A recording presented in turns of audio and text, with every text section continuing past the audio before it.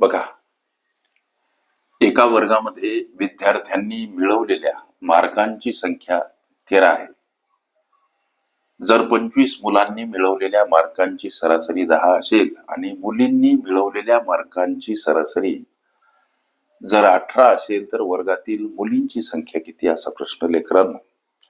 पर्याप्त वेळेमध्ये निर्धारित यश मिळवण्यासाठी सोबत गणितासंबंधी तुमच्या मनामध्ये असलेल्या विविध समस्या विचारण्यासाठी कॉम्पिटेटिव्ह एक्झाम ग्रुप अवश्य जॉईन करा. तिथं तुम्हाला दररोज असंख्य अनलिमिटेड दर्जेदार संभाव्य प्रश्नांचा नित्य सराव करता येईल. किंवा चॅनल अवश्य सबस्क्राईब करा, बेल आयकॉनची घंटी दाबा, जेणेकरून मी वेळोवेळी अपलोड केलेल्या विविध प्रश्नांचं नोटिफिकेशन तात्काळ तुम्हाला प्राप्त होईल.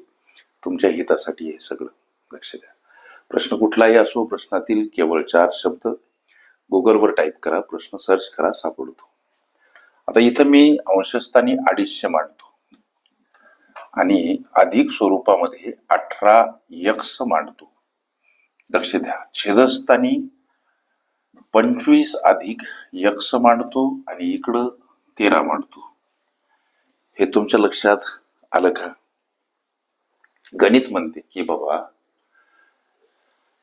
गणित म्हणते वर्गामध्ये विद्यार्थ्यांनी मिळवलेल्या मार्कांची संख्या 13, म्हणजे वर्गामध्ये जे काही विद्यार्थी असतील त्यांच्या मार्काची सरासरी दर्शवली. आणि सरासरी म्हणजे एक सूत्र आहे, जसं की ही 13 जर सरासरी आहे सर्वांच्या विद्यार्थी, एकूण वर्गामध्ये जे काही विद्यार्थी आहेत, वर्गामध्ये असलेल्या एकूण विद्यार्थ्यांची मार्कांची ही सरासरी आहे. सरासरी काढण्याचं एक सूत्र आहे की बाबा, इथं गोष्ट गुणांची, म्हणून एकूण गुणांची बेरीज भागीला एकूण जण, म्हणजे एकूण विद्यार्थी असा त्याचा अर्थ. आता अंशामध्ये ही जी मांडली लेकरांनो, ही त्यांच्या गुणांची बेरीज झाली. छेदस्थानी हे एकूण विद्यार्थी आहेत, पैकी 25 हे मुलं आहेत, तर x ह्या मुली समजल्या. लक्षात घ्या. वर्गामध्ये असलेल्या 25 मुलांच्या मार्कांची सरासरी 10 आहे. एकूण मुलं गुणिला सरासरी म्हणजे एकूण मुलांच्या गुणांची बेरीज असते. म्हणजे 25 मुलं आणि सरासरी 10, 25 गुणिला 10 म्हणजे किती? 250. ही झाली मुलांच्या गुणांची बेरीज. आता इथं 18x काय, तर मुलींच्या गुणांची सरासरी 18.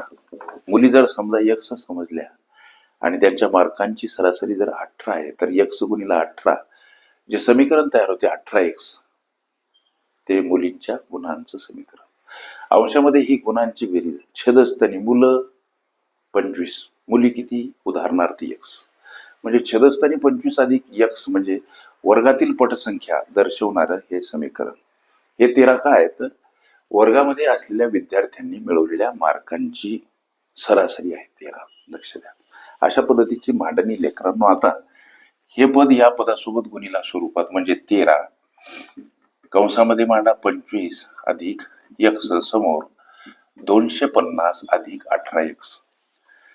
13 आतील पदाला गुणिला 13 गुणिला 25 गुणाकार 325 अधिक 13 गुणिला x 13x समोर 250 अधिक 18x.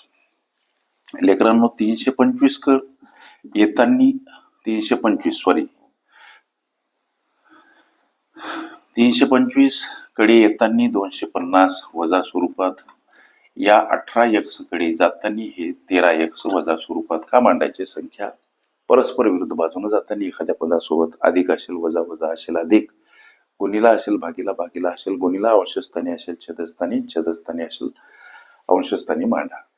आता ही वजाबाकी 75 सर समोर, ही वजाबाकी 5x सर. मग आता या 75 कडे येताना हे 5 भागीला, नुकतं सांगितलं त्या न्यायाप्रमाणे.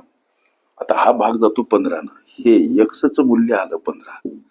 x म्हणजे काय? वर्गातील मुली किती यासाठी वापरलेला आम्ही चलपद आहे.